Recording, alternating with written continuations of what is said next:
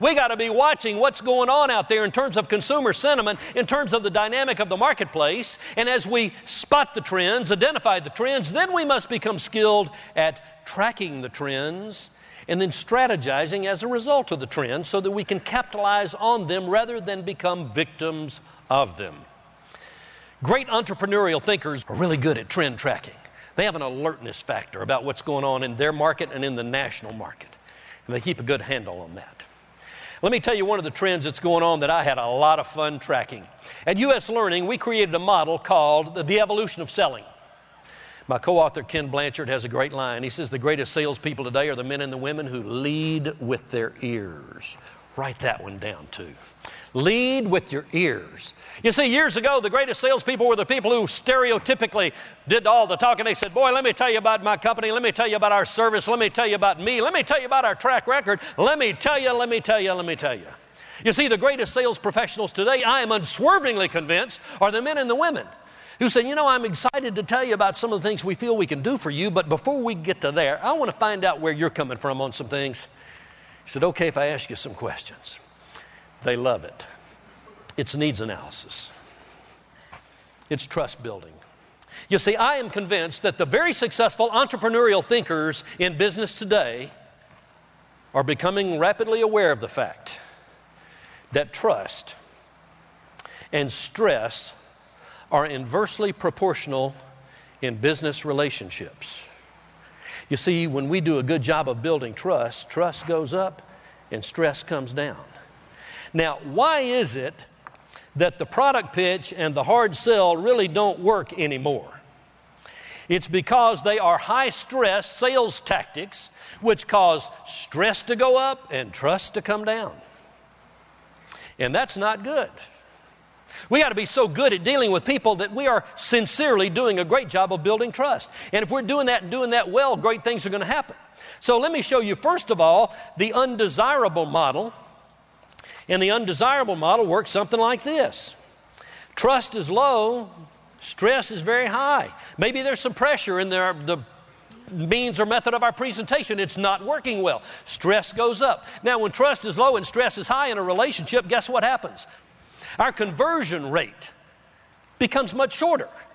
Simultaneously, we realize that the sales cycle gets longer. The definition of the sales cycle is the length of time which transpires from the time you first talk to someone about a given service until you get an affirmative decision.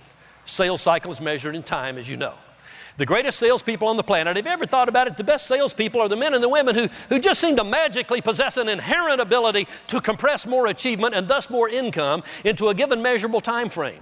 And people look at them and they say, that person is no smarter than me. That person's not working any more hours than me. What's going on? They're making 4 times more money than I am.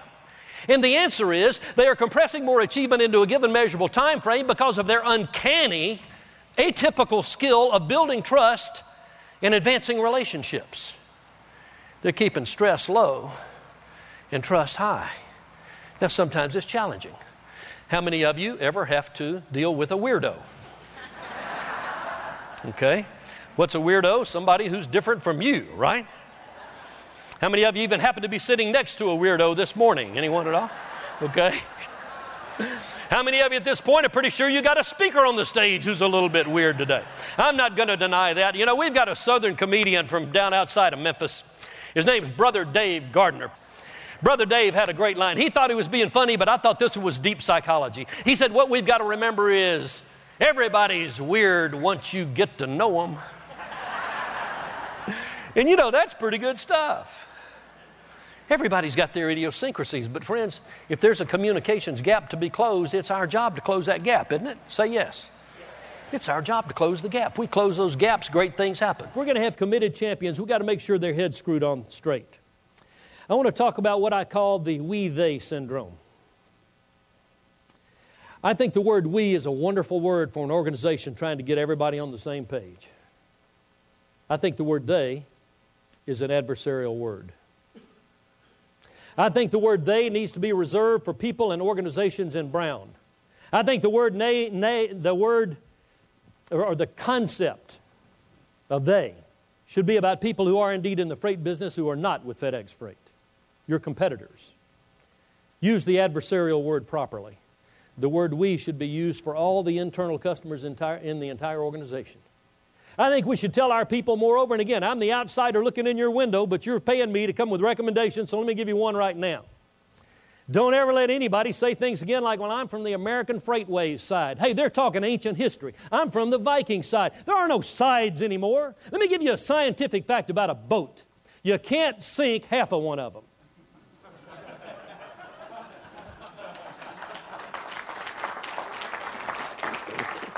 Thank you. It either all stays up or it all goes down. Now, you guys are all on the same boat, and it's called FedEx Freight. And you got a great project that everybody's going to devote tremendous energy to getting excited about. Project Triumph. Let's make it happen as one big, solid team, and never using the word they about factions within the organization. It's all about we, one strong whole unit. And let's make sure, too, that we never let our ego get in the way. How many of you have seen some leaders from time to time who are more excited about their own title than they are the company's vision? Oh, prescription for failure. Zig Ziglar has a great line. He said, make sure that you do not ever contract the disease known as egomania. Egomania is a very strange disease. It makes everybody sick except the one who's got it.